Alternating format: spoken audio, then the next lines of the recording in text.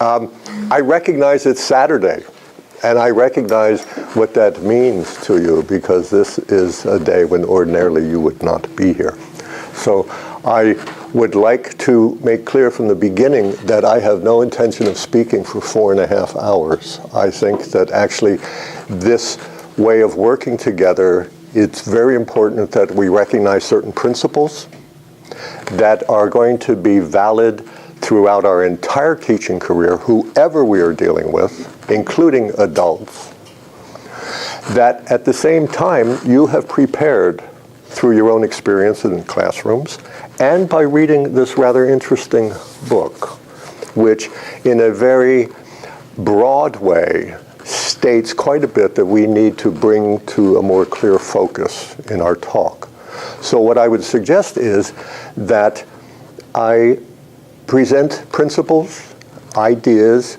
If you already know them, that's the most important moment, just like with your children, to hang in and say, I'm going to look at this now from another point of view. It's like the astral body.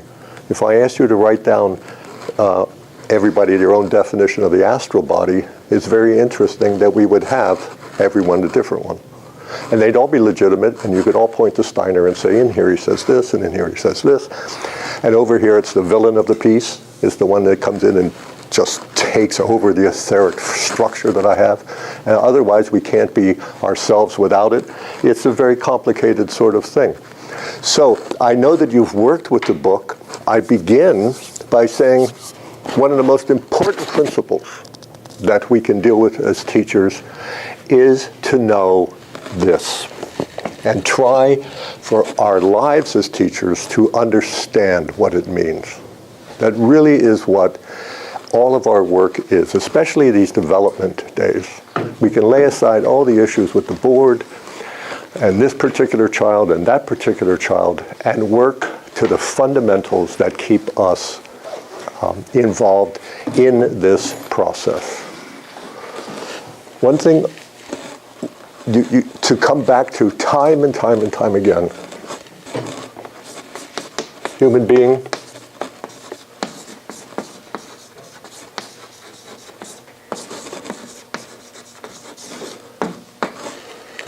a human being is a spiritual being. We can talk about Michael if you want, but we're not here to talk about Michael. We're here to say to ourselves, that's very abstract. I either was born knowing that, and I feel very good with that statement, or one can say, well, I'm not entirely sure what we mean by all of this. However one approaches it, one must come to terms with that statement. It's not that a human being, our times look upon this as either nonsense, this start, or explains it this way, that we're human beings who are trying to lead moral lives on earth so that we become spiritual. It's the exact opposite, as is so often the case. We actually are already spiritual beings. And we're trying to become very good, whole, moral human beings so that our spiritual qualities will be enhanced and advanced. It's the opposite. And we educate the way we do because of that. When we talk about the 4 sheaths today, we will always be aware that in front of us, with this child also, there is a wholeness. There is a wholeness, and our job is simply to assure as much as we can that A, we see that child for who he is, this part, not ignoring that part at all, but see always this aspect. And when we can't see it, don't blame the child for, oh, you're the only one in the class without a spiritual being. That's not going to happen. No, it just means, you're the one who shows me my own particular blindness, and thank you. Actually, it'll be easier to thank you 10 years from now as an anecdote than it is now. But nonetheless, the closer we can get to that moment, the better for us. We have this, and our job is to provide opportunities for this spiritual being to take up, let's just call her always a her, and the teachers will be a he. That way we'll just end this whole dispute about pronouns. That she is incarnating because there's a purpose. She has a reason for being here. We all have a reason for being here. Otherwise, we wouldn't have incarnated yet. The times are such that children are coming and they're very clear sometimes about why they're here. I assure you 35 years ago, this really was not the case. It was different. But children are coming, and it's as if, oh, finally, now I can get on with my work here. And it's very nice. But we have to be a step ahead of them.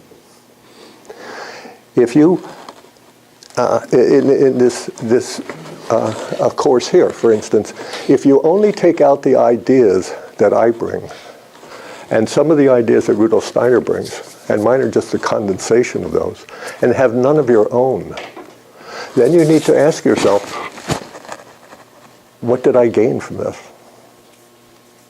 What did I gain? Either ideas for what I can do in the classroom, which might be nothing more than let a space be there. But one has to engage in this work. And engaging in this work is not grabbing it. Engaging in this work is creating places where things can happen. They're called classrooms. And there's any number of very good sources for finding out what a classroom should be. Grade 1, grade 2, grade 3, grade 12. And you walk into a school, and sometimes it's there, and sometimes it's not. These are things that all can be worked with. But one needs to know that behind all of this is this principle. The human being is this trying to become that. That's what we recognize. We cannot, therefore, accuse children ever of anything. They're working through stuff. And the fact that the last 7 or 8 years of my teaching was to do with educational support, the fact that you have a profession, educational support, tells us that there is a lot more of an activity here unable, for whatever reason, to take up this. That's all it is. We cannot really any longer say she can't learn. I mean, people could say that about my generation and get away with it because we didn't know any better. But you can't say that anymore. All we can say is, she comes and she brings this, and she seems to have a lot of difficulty with sitting there longer than, let's say, 15 minutes. We used to call that sanguine. Then for a while we called it pathologically sanguine. Now we call it, whatever a term we have from some source here, there, everywhere, sitting on her leg, all of this sort of thing. Once we recognize all that, that's information. Then we work through it. How do we enable this to happen? Luckily, there's a rhythm to it. So this is number one. We must always have this in mind. It's a principle. There's going to be 3 that we want to work with. Since I mentioned it, one of the essential aspects that we have in our quiver, so to speak, is the fact that this spiritual being is amenable, an aspect of rhythm. In the spiritual world, it's an aspect of all sorts of rhythms. On earth, it is, of course, attacked these days with the arrhythmic way we live. Our task is to not let that happen as often as possible and to create rhythmic experiences, which I shall do the second and third time we speak today.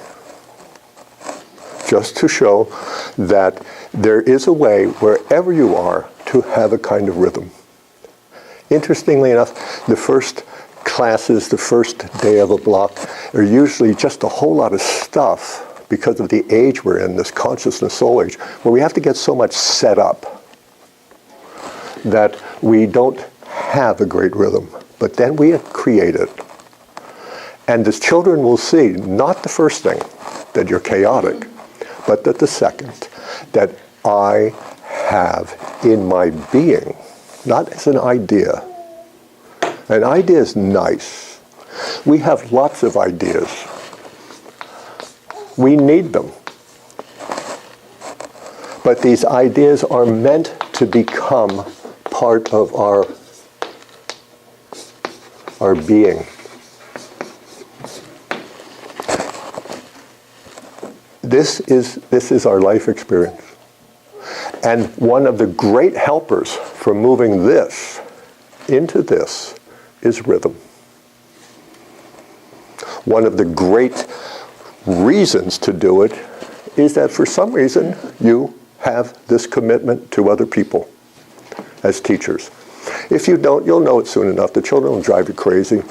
The school will be unhappy. You'll be unhappy. And you'll go and say, you know what, I need to do something else. Perfectly fine. You know? But you'll know if really your goal for being here is because they're here. You just know it. You know it often in, I know you go up to grade 5 and it has gone up to grade 6, yes? So you're perched at that moment, which is grade 7 and 8, which is, I mean, what a time that is. And you sort of look for it, and many teachers, you know there's this principle, you go 1 through 8, yes? And after a while, 35 years ago, it was what you did, period. And then, let's just say 25 years ago, there came to be a real uncertainty for a few reasons. One is that many teachers didn't have the classical background that Rudolf Steiner in his time assumed. I mean, the people that were the first teachers were just off the charts. And they breathed the material that we're now told we have to teach. And it's possible that somebody is not prepared for that. But the other thing, and that's, you know, that's a destiny thing. The other is teachers slowly, I must say, became aware that they had troubles with adolescents. These adolescents were really not somebody they enjoyed being with. And this is never an accusation. The very best moments are, in Detroit, I'll speak, because I was there, 17 years, is that when a teacher would come forward, and amidst all the thought of it's a 1 through 8 world, Waldorf, yes, that's how we defined ourselves, said, I can't do 6, 7, and 8. I can't prepare. I'm not really interested in history and physics. I can't even spell physics. I mean, you don't want to put me up in front of these children. I cannot be who it is you want me to be. Well, you know, after a while that was heard. And the absolute sunny side of all that is these teachers knew that they were with this up to a certain point. And so the school is an institution, of course, that, so what do we do with you? You know, at the end of 5, what's going to happen? The answer was clear. We go back to where I really am comfortable, and I really can see who's there. In grade 6, all I can see is this mirror of things I cannot do. You can't teach that way. It's period. That's not possible. You're not there to make sure that everything I see is what I can do. You're there to see who's in front of you and to say, okay, I kind of know what I should do. I guess I better read up on this, that, and the other thing, and do it. So they go back into grade 1. And soon, very, very soon, because it's a spiritual truth, very soon they are making classes. They are forming these urban children in Detroit who came with a lot of stuff, most of it undiagnosed. Now, of course, it's overdiagnosed. They came, and what could they do? They could form that class. Took a year and a half. And they just used the curriculum the way you all do, but what they knew, because they had gone to 5, is that they need to have a group. And that's what they did. And it wasn't long, 5 years, before teachers started noticing that those that could do 6, 7, and 8 wanted that particular teacher's class. You know, 6th grade, I hope I get it, I hope I get it.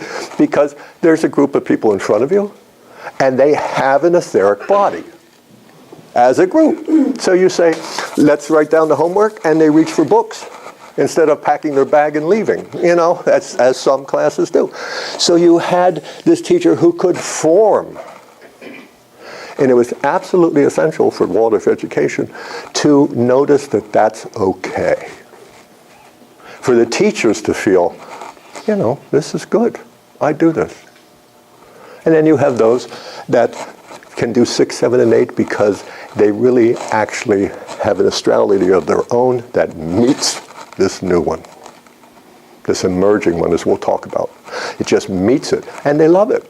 They don't run from it. They actually like being with adolescents. Then high school, that's a challenge in itself. So the key is recognize this and create a rhythm for yourself that you can then live with the class. It all comes through you. There's any number of books that will tell you what to do. I'll show you a rhythm today, same one twice, but it must live in you. If it does not live in you, then the children, especially the young ones, they'll just treat it as another kind of play. And they will not be formed. So there must be a true rhythm. This is doable in one lifetime. This one. Not everything, but this one is. And what's the third? It's a certain principle that in Waldorf education, the more I've worked with it, the more I've seen the absolute power of it. Rudolf Steiner knew this 90 years ago. Special ed support, however you want to call this new world, is just now catching on to what Rudolf Steiner knew. And it's basically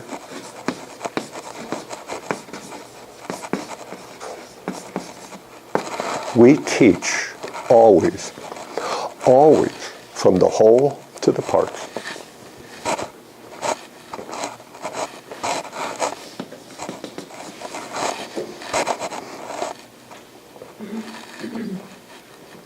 It's very important that we know, just in a few simple comments I made at the beginning, what we're doing today.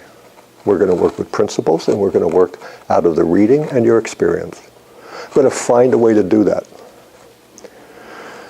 For one reason, because it's Saturday and you came, but for deeper reasons as well. That's setting a day. What it's not going to be, you having to sit here and just sort of listen to this. But we're going to work it through. I'm not going to make you get up and move, but I do have paper here, which is a clue that we're going to do something, yeah, toward the end of this hour and a half. These 3 principles will guide the incarnation of this child and our approach to it. Feel free, you're a community and you've worked with this book. As we're going along, feel free to ask any questions you want. I know we have sort of a lecture form here, and we can be comfortable with that. But observations that you have are valuable as well. Very much so. So feel free, feel invited to jump into the flow. If we're going to work with it later, and then we'll just deal with it. So the question always then is, how do we do this? How do we do this? I would like to ask you to take about 5 minutes and write down on a piece of paper, which I will collect, and if you need some, we can use this. You've read the book, you've studied the book as a group, right? As during your... Not all of us. Okay. Then some of you have. Some have these 6 or 7 lectures on your own. I would like you to please write down 3 thoughts. They can be the one you most found most important. Something so entirely new that it's very difficult to grasp it. And you want to know, just how do I do that? How do I work with that? Some seminal thought, something that you find just as important as these, and I haven't mentioned it. In other words, let's start with your participation, writing down what you know. Because as teachers, we always work out of what we know, out of what we hope. The more we know about this, and the more we can find this, the more likely we will have a human being in front of us that is going to lead the school and take up her destiny. That's what it's about. We go here, through you, to this. Yeah? So please, take 3 or 4 minutes. So, I noticed that there's more than a few questions about the responsibilities of a teacher or the nature of a teacher, or perhaps you're feeling that you need to already be something that you're going to develop into after 30 years on the very first day. And that's not so. That's not so at all. What I've seen time and again, and it's a very hard thought, is that children of all ages will respond to your work, your inner work. And your inner work is almost always a result of you doing something you need because there's at the moment an incapacity on your part to do something. Consequently, when you prepare your lessons, and this is mostly from, let's say, 3rd or 4th grade on, you prepare your lesson and you prepare it as an idea. You know what it is you want to do. You know who the children are in front of you. You do that before you go to sleep. You go into the spiritual world at night. This aspect that you have created, something you have created, continues to exist as you sleep, as you lose consciousness. And then in the morning, 2 things will happen. One, it will come back to you. Hopefully, you can wean yourself away from going to it through the written word. It literally, just sort of, so what is it I'm doing today with the students? Yeah. And not go to your notes. And then you'll come into the classroom and find out whether or not you were right. That's it. Your job is twofold. One, to out of whatever it is you can do at that moment, to prepare it that night. From the point of view of, it gets a little tricky sometimes, the subject matter, what they should know, whatever that means. And you deal with it and you take it up and you say, these children, they need this, or at least that's what I think they need. And then the job will be done for you. And then you'll come back. And you might be still happy with it and show up, and the students will ask you a question. And the first thing you'll notice, because we review every day's work, is that they didn't understand a word that you said yesterday. They just sort of, how could they? And then they all look at you this way.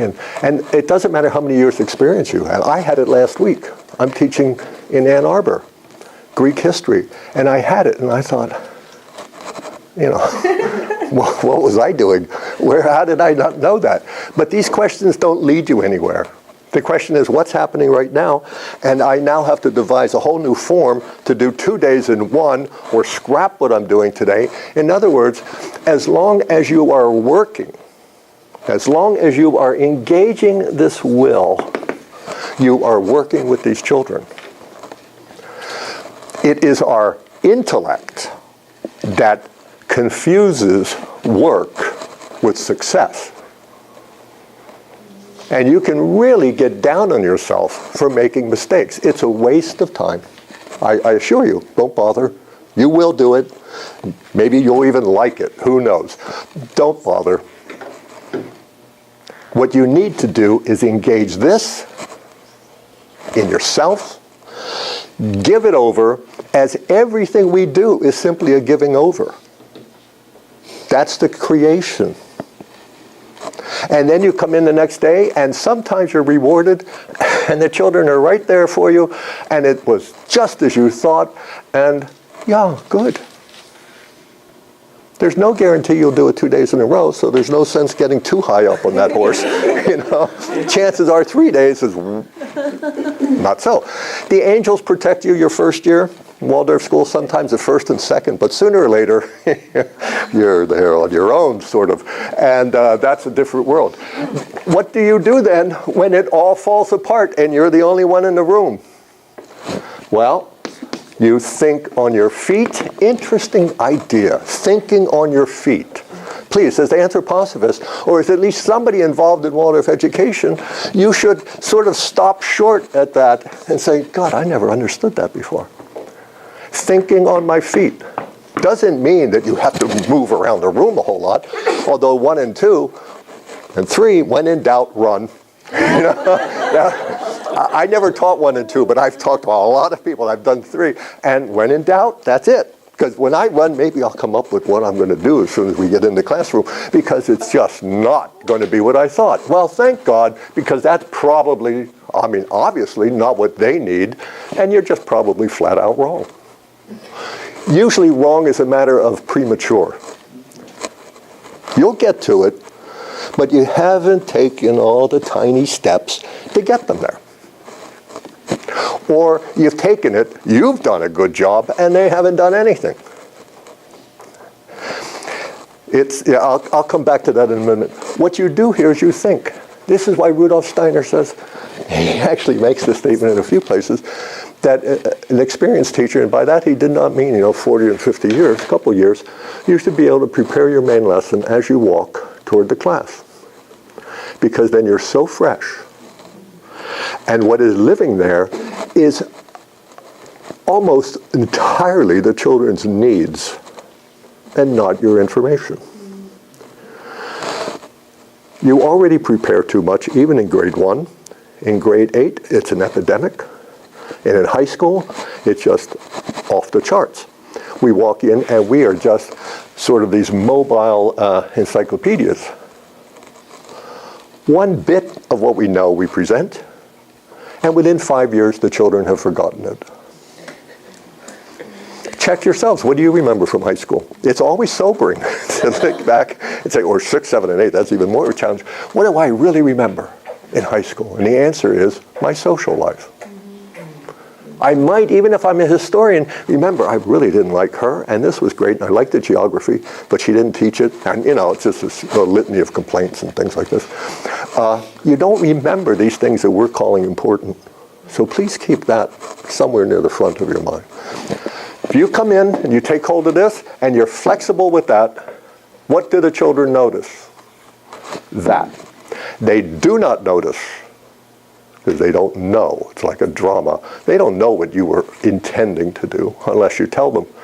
And then you're just asking for trouble, and you ask often enough, and it will come, and then you'll say, oh, gee, I think I won't do that anymore. You do need a distance, and one of them certainly is confession. You're not there to confess all the things you wanted to do, nor blame them for you not being able to do what you wanted to do with them, because you're there because of them.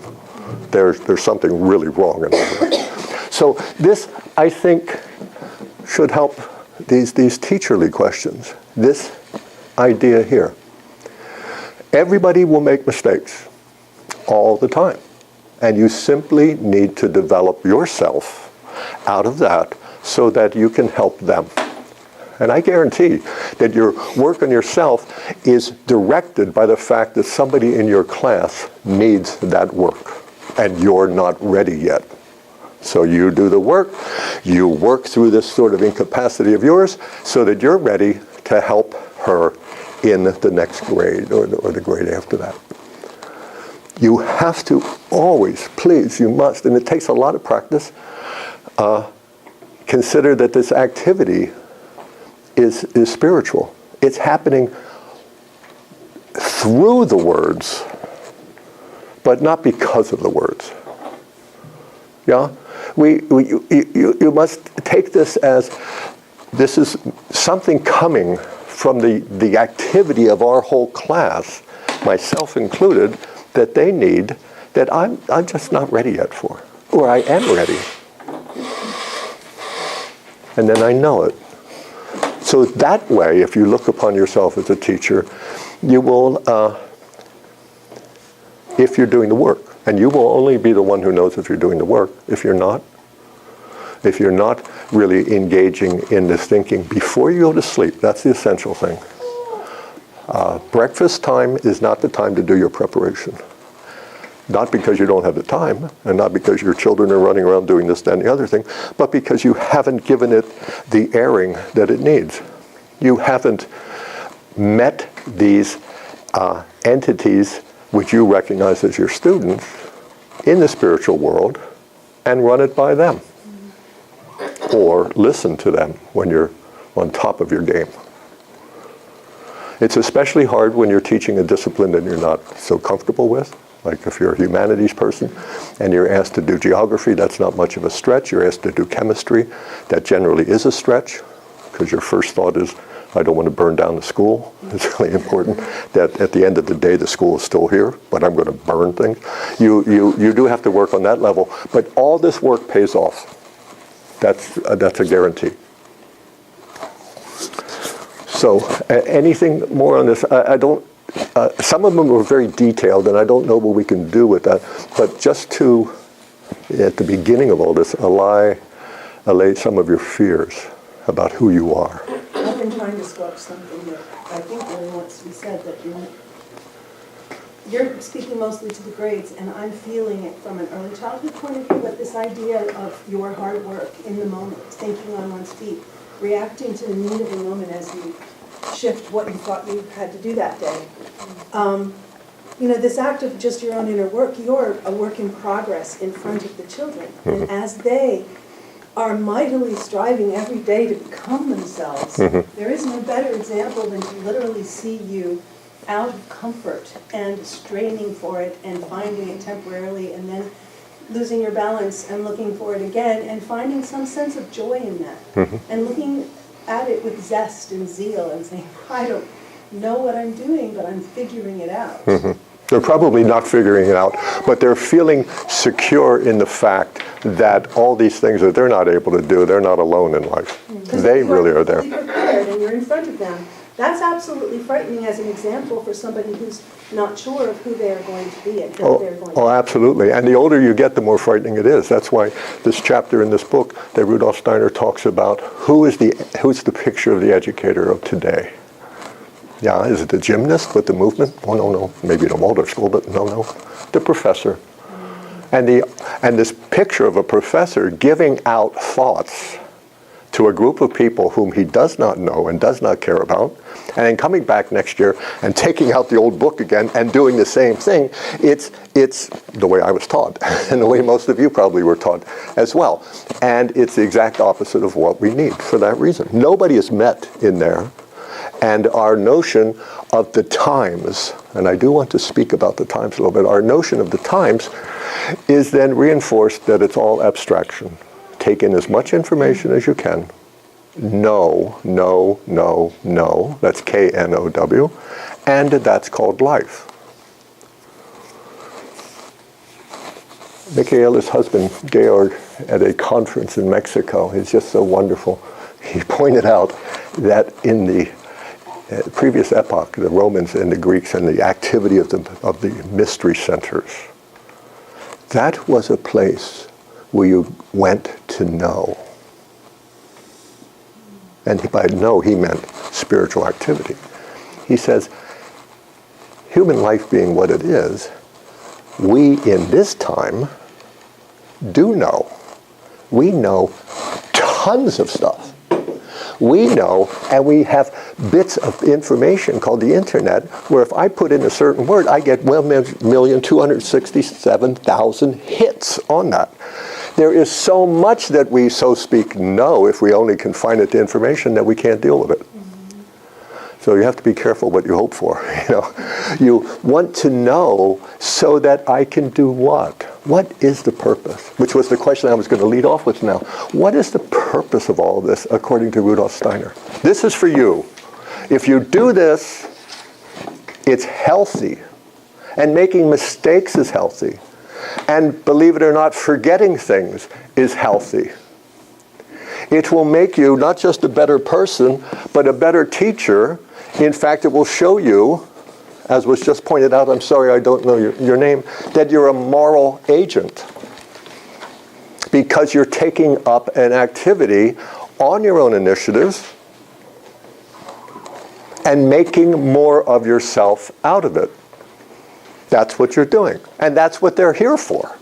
Right? That's why they came. So you're doing what they've come for. You're a continuation of the work of the angels, and life is great, except it's a little painful at that moment because you're embarrassed that you forgot it, or they got 4 teachers watching you in the room and you've frozen as you knew you would and thought about it for 48 days and all this kind of stuff, which frankly, yeah, okay, life is interesting. My wife teaches a lot of biography work, and these are the anecdotes that make one really aware. However, they're usually done much later in life, these anecdotes. You look back and you just sort of right there say, you know what, I'm here for some reason.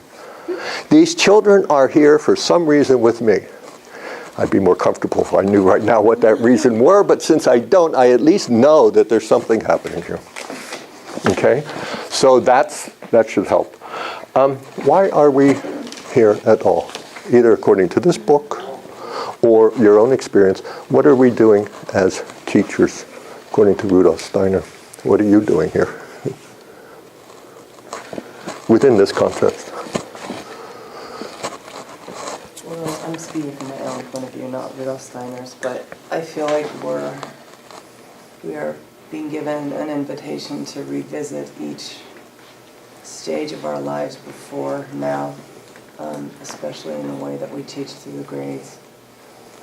And going back and this is not even consciously really, but it's like we're going back and taking a look at things that we didn't notice maybe, or that maybe we approached in a way that wasn't so great.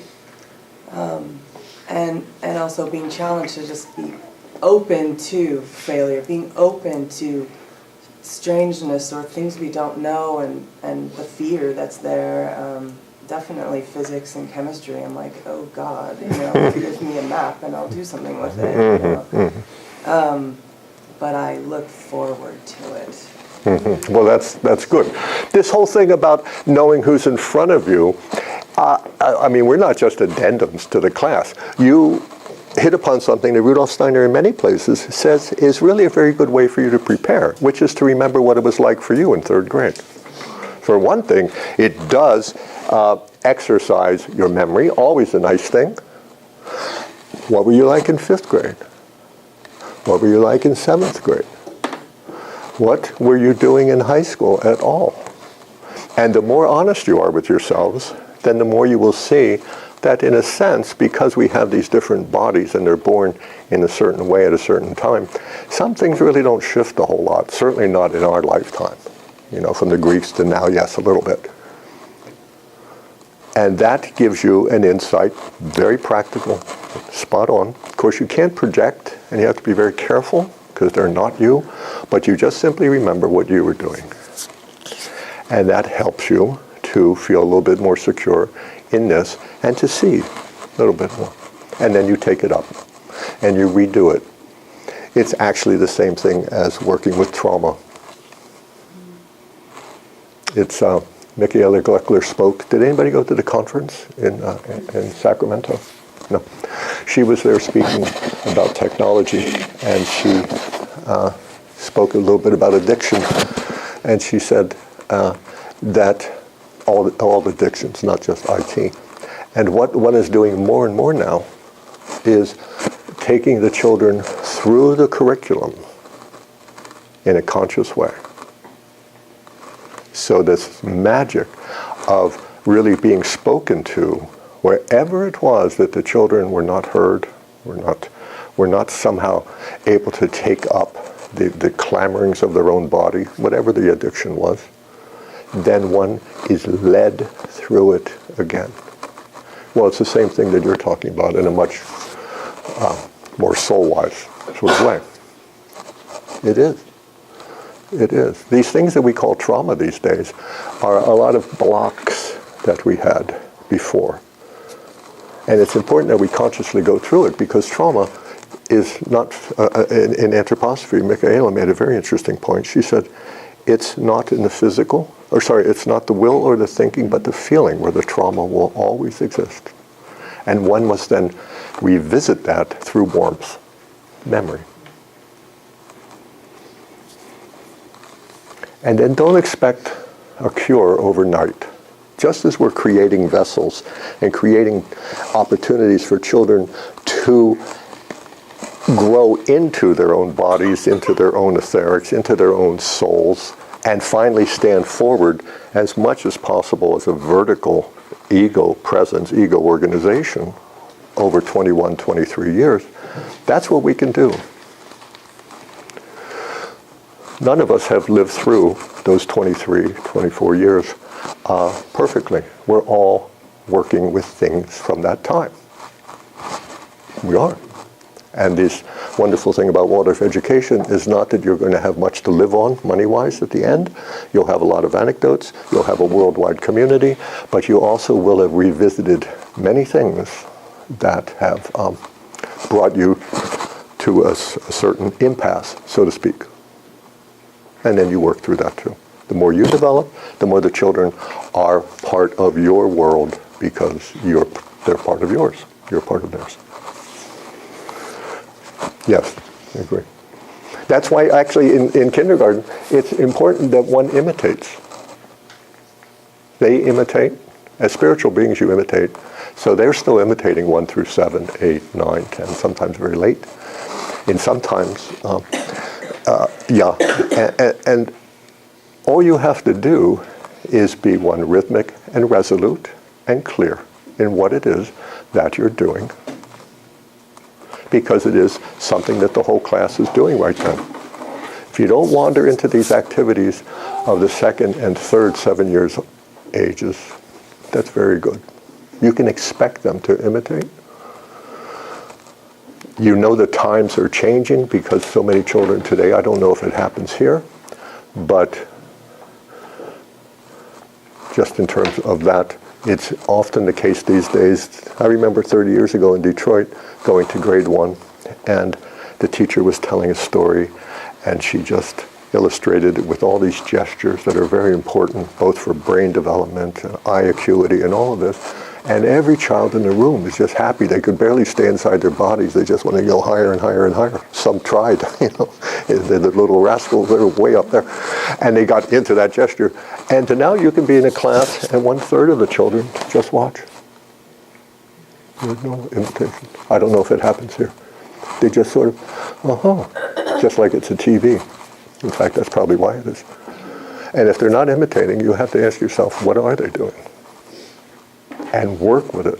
So then you become more overt and make sure they continue to imitate. And now you're bringing your authority into something that should be primal, but it's not. If it's not there, you have to bring it. So we'll talk about the times then. Good.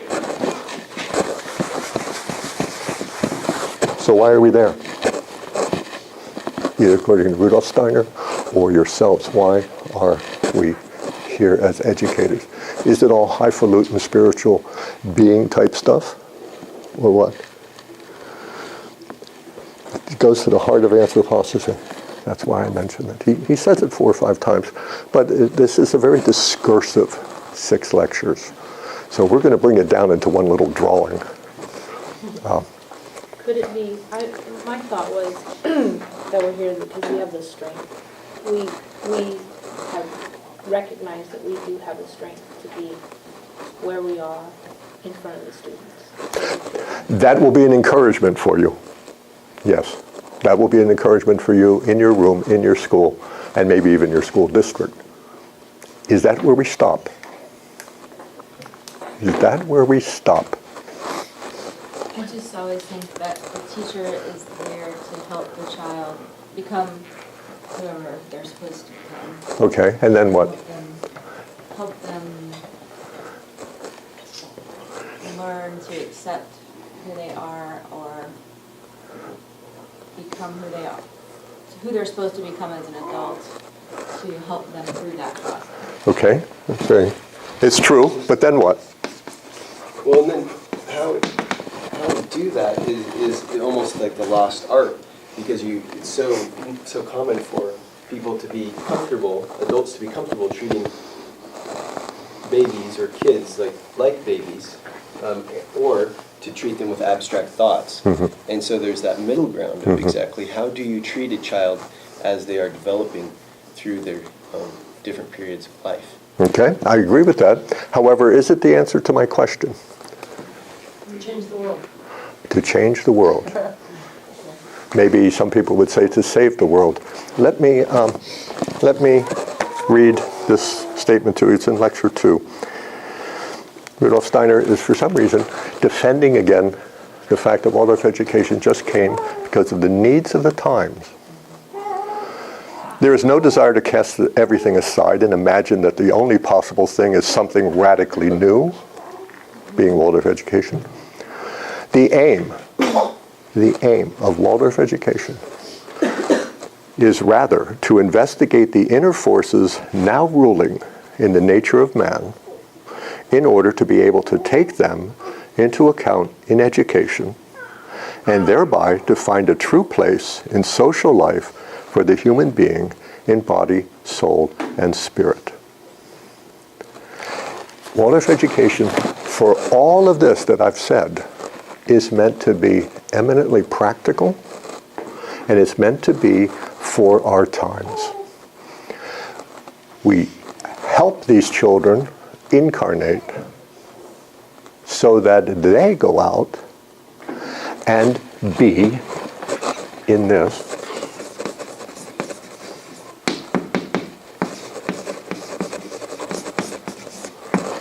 socially. They be creatives with the earth, with social forms. This is why we're here.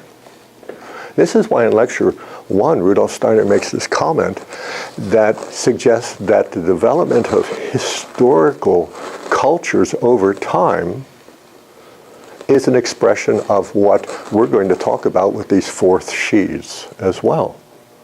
So that what human beings are, who I am, if there is enough of who I am in agreement, we will have an impact in the activities of human beings on earth, otherwise called, let's say, history, otherwise called, let's say, science, otherwise called any way that we have now of dividing up our thinking. Legion. Just ask somebody in college what their major is. It's so wonderful because I never understand what these majors are. They're nothing I've ever heard before. And just sort of, so what is it you do? And then it's so atomized, and they're lovely, and they're just sort of digging in and all this. If they can take up their destiny through that particular item, good, terrific. If we bring them along well enough, they will see that their destiny is not just an ego trip. They will see that their destiny, this ego that we're going to birth pretty soon, is intimately connected not just with their own sheaths, but with the world, with their classmates. And we must, as teachers, have not just these principles in the back of our mind, but to know that the end result is that this ego or ego organization will be able to take up her experiences in such a way that others are included, otherwise called social life. Ideas that are not just connections of thoughts, but ideas that are, in the language of these lectures, imaginations. Through my art, I can feel that there's a world other than what I can see. This is a spiritual experience. This art, living through these manifestations of it. And then if I work, I can have imaginations, inspirations, and even intuitions. And it is not for us to tell the children which of which they're going to have. Stay out of that for sure. They ask you a question, answer it. But this is the space. This is the big space that we're working with. We are, over these times that we have them, up to 18, making them individual social beings. Anthroposophy deals with individuals as social beings. Rudolf Steiner said, it is not going to last forever. There will come a time when anthroposophy will be outdated and other activities will be brought forth from the spiritual world, which help people then with what they need. Well, one could play with that thought for a long time. However, it's probably better suited to look and say, oh, so it really is what we need now. Your school is different from every other Waldorf school in the world because you're responding to a need. Go to the West Coast, and there's arguments about Japanese should be taught, Chinese taught.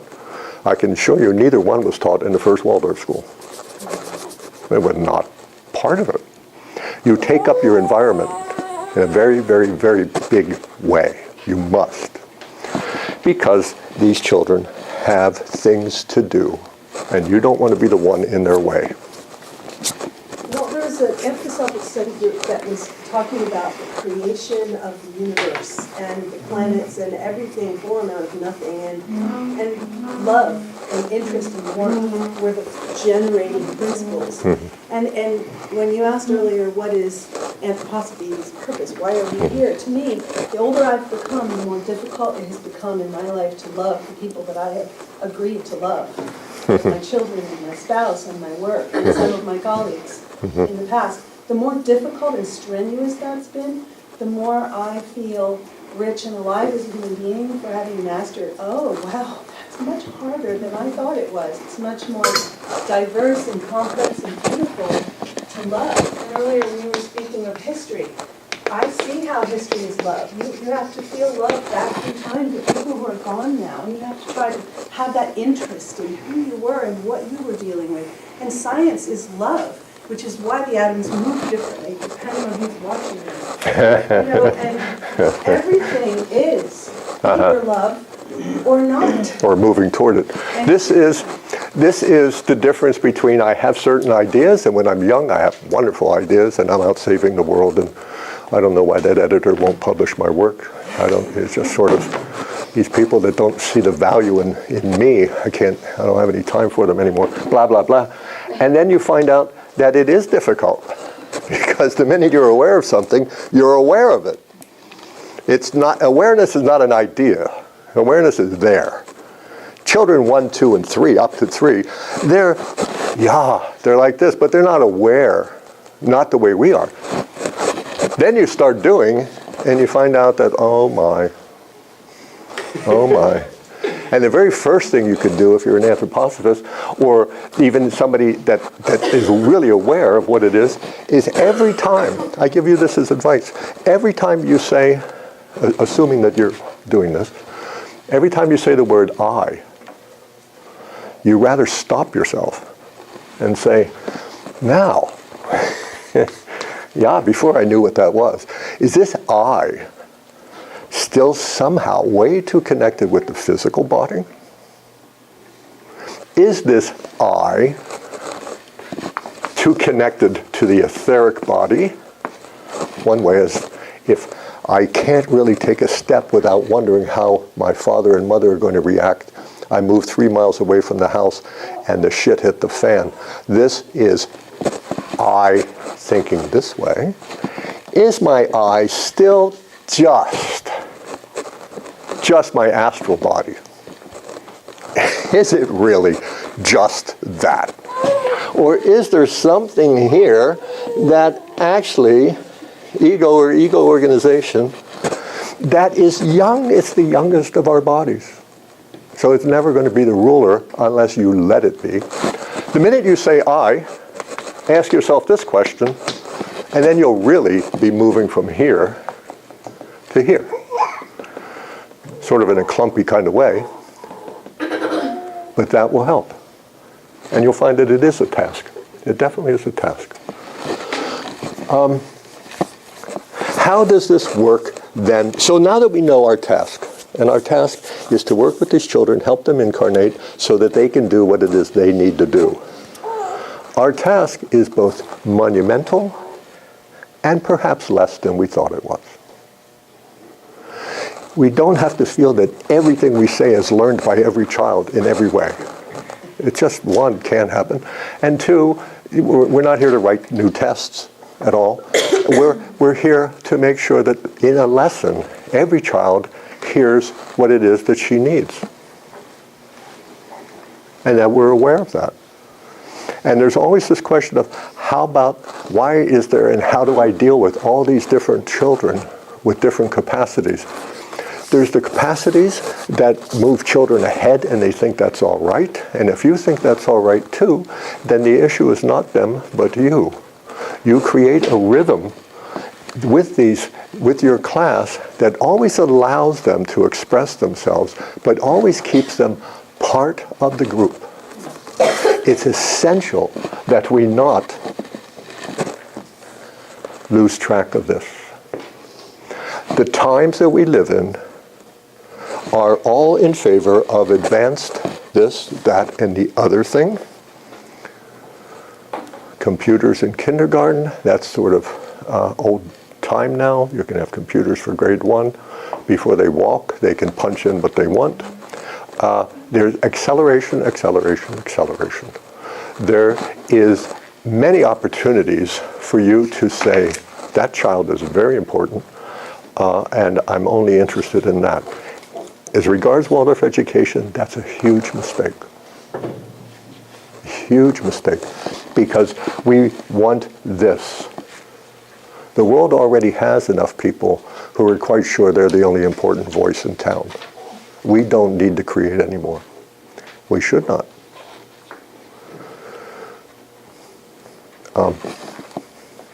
Yeah. So we'll come back to this, but I think for the next 20 minutes, now I would like to do something a little different. I have a exercise that I'd like to do 3 different ways with you. And it speaks directly to that which can help children who are older, let's just say 6, 7, 8, 9, 10, 11, 12, and adults, one, discover their own ability to use their body, and two, to ever so gently, in an artistic way, take up again one's relationship in here to space. It's what is done in a lower school all the time with movement. It's a form, a variation on form drawing, which you use, form drawing. But I do it differently with students in 6, 7, 8, 9, 10, 11, 12. I'm not going to tell you any of the experiences you're going to have because I want you to be free to have them or not. But certainly we will, right now, I'll just lead you through it. We'll do it again, and then we'll do it again. And I will ask you a little bit to check what it is that you experience as you're doing it. Because obviously, if you don't know what's happening here, you cannot work with the children. You don't know what it is that they would experience, okay? When you say 6, 7, 8, 9, 10, 11, 12, are you speaking of grade or Yes, grades, upper grades. The form drawing goes in the curriculum up till the time you get geometry, and then you have that. And it's now going to be a little bit more. You will need a pencil, please. And what's going to happen... There are pencils up on the front table. Could you just pass? Please don't use a pen because it's harder to control.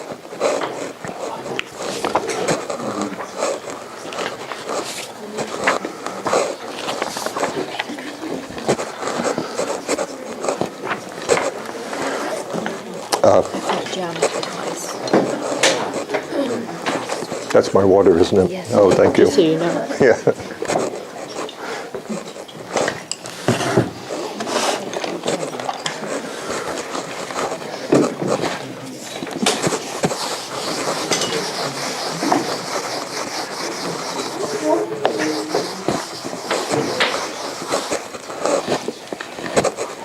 I'm going to make a form in the air.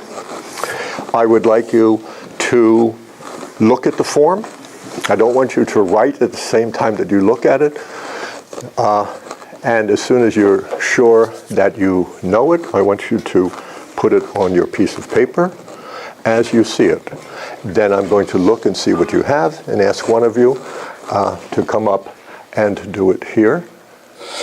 And then I'll say a few words about it, but then we'll just let it go. So it's going to be that. The difference, one big difference, is that in form drawing, the teacher always has the forms on the board, however complicated they are. Even if it's these symmetry exercises, one part of it is written on the board. And that's not so. I write it in the air, and you see it. And then you do something with it. So we're going to see just the value of this. I will do this form as many times as you want. It's always at least 3 times. It's been as many as 8, but it does not, that's not the issue at all. Okay? So let's try this one.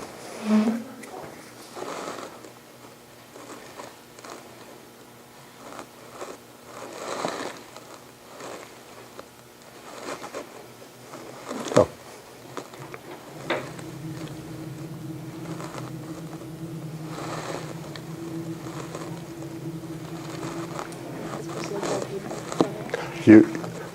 Once you have it, put it on the paper. Or we can look at it all. Oh yes, what you can't do is draw and watch me. It's not stenography or something like this, you know. So, again, yes.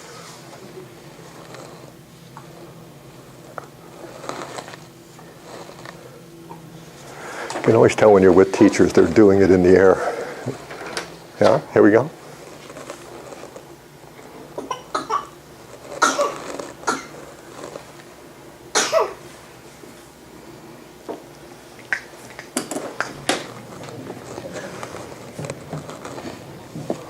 I will never ask you to come to the board if it's wrong or if it's the not quite exactly what we want.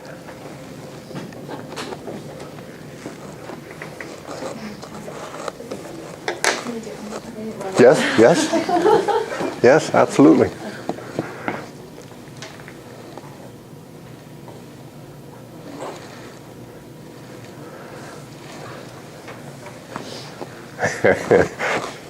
Such a lovely smile, like, whoa, I wonder where that went. Here we go, same thing.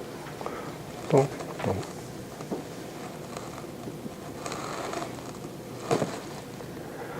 It's a pity we can only do this 3 times because you'll really see a journey of thinking in this, which is first pure impression, period. That's all you have to go on. So, could you put it on the board without that? What? Without that last.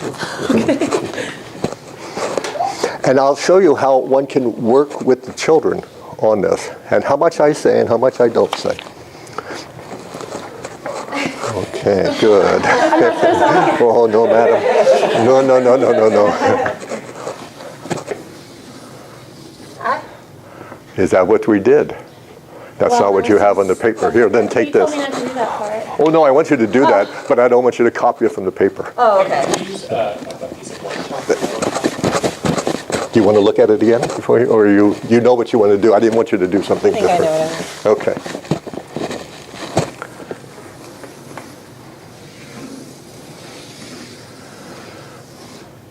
Okay. Something like that. Something like that. It's so interesting. It's not right, it's not wrong. Here's the question that I ask a class, because imagine 35 people deathly afraid that I'm going to go and ask them to come to the board, you know, and they've done it. And some haven't really seen it, but they know they better get something down on the paper. So they do. Is this the gesture? Gesture and movement. Is this the gesture that I had?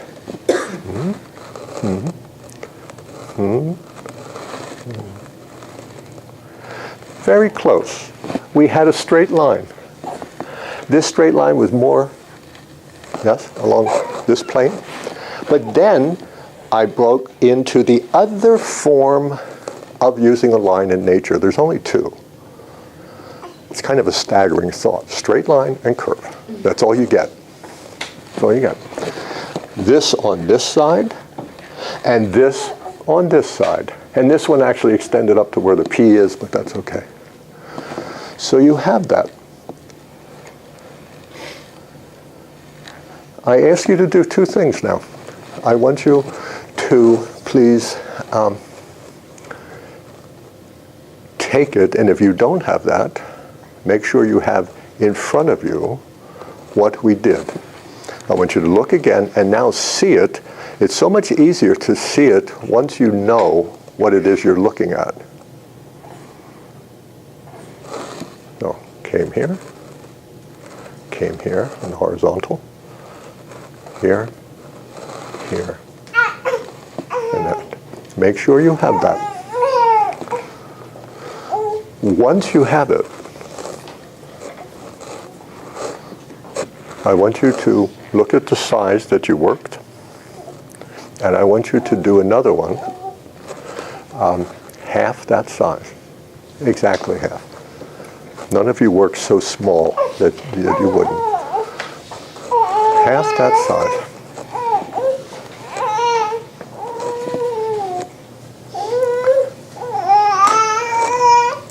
And be very, very fussy with yourself. Half should be half.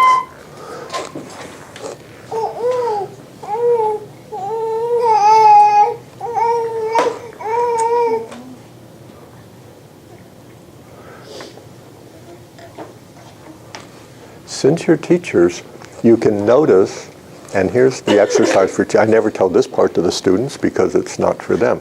But as teachers, it's very good for you to check what it is that you're doing when you're doing it. Is it easier for you to make this than this? And the answer is, one or the other. By easier, I mean more secure. When I make a loop, can I actually make two the same size?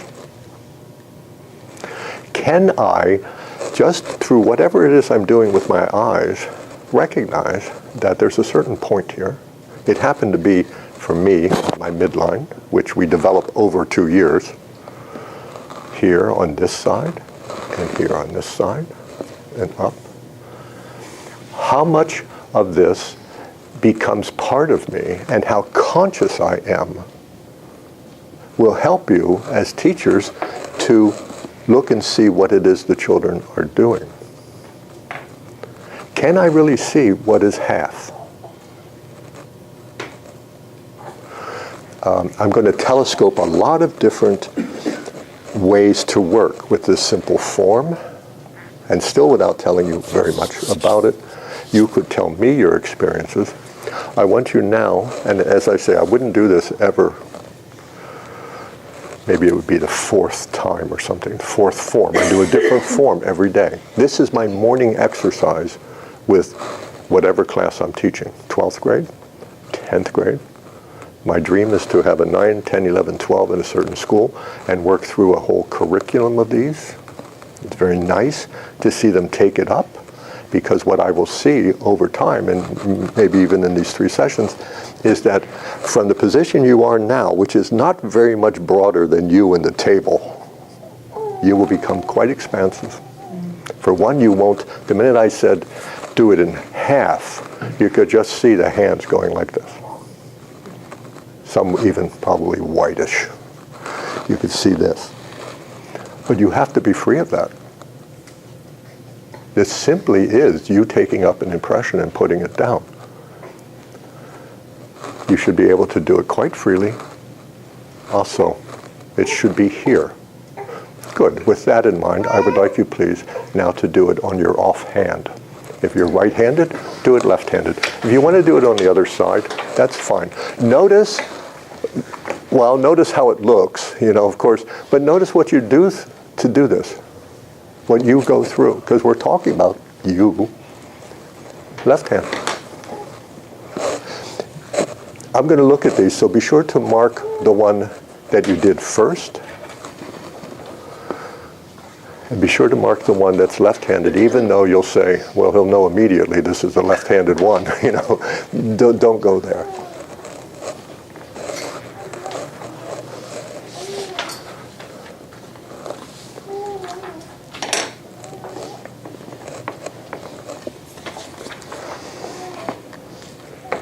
There are always children who feel more comfortable with their offhand. And I'm talking, let's just say it's a 9th or 10th grader, and they are more comfortable doing it with their offhand. And I leave you with that as an observation, and maybe we spend a few minutes telling me how you understand that. It's already there. When I go to use my offhand, it's difficult to make the representation. But when I use my dominant hand, I have to actually think through it. Uh-huh. And using my non-dominant hand, it's already there. The difficulty is taking what's here and making it appear. Then you will understand. It's a struggle to go through it. What I tell them is after about the 3rd or 4th day of this, and it's really quite clear that their whole way of working with this, whatever grade it is to become like this, focus. That's the definition of intellect and thinking. And you eliminate the rest of the world. So I tell them, and this is what I mean, don't think. Stop thinking. I'm a high school teacher. You're here so I help you with your thinking, and the first thing I say every morning is, stop it. And they go, oh God, what is this all about? But it is true. And where does it go then if you stop thinking? Freedom. Yeah, but not where here? Not what are you going to do if I say don't think? I see you thinking. I see it because your fingers are white. Oh God, I'm going to get it this time, or whatever you're doing. Where does it go? In the muscles. Here it is. It lives. It's like an alphabet letter. Of course, we're never going to write with it. You've never seen it before. And I now am master of something because I am master of something. Pure ego intention. Never have them try to do it in the air. They will. A third of you did it in the air. The only time I do it in the air is if I came back the next day. In fact, I did it in Ann Arbor. We had this particular form.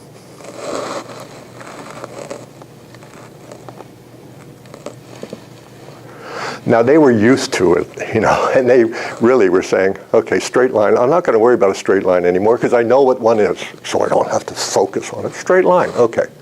Now, what they do need to know is they don't have the freedom to put as many of these guys in as they want. And some will. Some will absolutely tell you, I saw you do it 8 times. And the rest will yell at 6 times, dummy. And that happens a lot, especially when I go like this and it's 3. And you'll know your phlegmatics right away. Whoa, oh God, I love it. And here we go, like this. And there's 6, I've had as many as double. And you say to yourself, where are you? And the answer is nowhere near this page. And that's fine, but it's between you and him. You never do this publicly. Go, whoa, 6 today. It'll be a success when there's only 4. Someday he'll have 3, she'll have 3. That's fine. They need to work through this. It takes care. The only time, to answer your question, we did this yesterday. And today, no, that's 2 days ago, Thursday and Friday, I said, okay, we're working on this. Now I want you to work on the vertical. I want you to start here. Same form as yesterday. So they had to think, remember. Memory, what you were saying is there. I said, make a board on your mind. Close your eyes. Put it, I don't care if you see your hand do it, do the form we did yesterday, so they're absolute quiet. They did it, most of them. I had one student stand up, she very happily, reluctantly, that 10th grade thing, like, gee, thank God it's me, and I don't really want to show that. So she stood up in this rather strange way, and then did it, much too quickly, nervous, obviously, slowed her down, did it again. Everybody went, your phlegmatics are much more clear on what you did 2 days ago than yesterday. Not through the old metabolism yet, So they did it, and then I said, start here, same form, do it. And the whole question then becomes, well, I got to the top, that's no problem. Do I go, or do I go? And you could just see their sense of balance going, I'm going to go here, no. And they're too much thinking, but they got it. And then to keep this rhythm of above the line, below the line, off to the right, off to the left, same form here. It's for them a focus. And again, there is nothing to be gained from it other than the execution of it. It's absolutely essential. So, yes. Because when they're ready and comfortable with the fact that some old man is standing up in front of them making strange sounds in the air, and you're supposed to believe this guy is here for a purpose, once they're comfortable with that, then you can ask them to close your eyes. And remember, up until then, probably not much use. So there's a whole world in these gestures. We'll actually, we come back in half an hour, do we? We're going to start with the rhythm that ordinarily I would use, and I'll do it 2 times. I'll do the second session and then the third, and this will come back for a variety of reasons. We still won't talk too much about it, but we will have it. Okay? I'll look through these items, but I really want to, certainly this next session, schematize these births that we are calling physical body, etheric, astral, and ego, and how one, in a sense, has to, as a teacher, be aware of it, and where certain parts of the curriculum are very helpful. The whole attitude of preschool and raising one's children up till 7, how that is so very important, and seen in this as well. So we will move toward that. I promise you by the time we finish today, there will be that schema on the board, at least one. Yeah. With a few, I hope, hopeful insights into how to keep working with it. So that's our goal. If there's any questions, please see me in the next half hour, and then I'll try and answer those as well. Okay? Okay, so let's just leave it at that, and we'll see what we have. Good?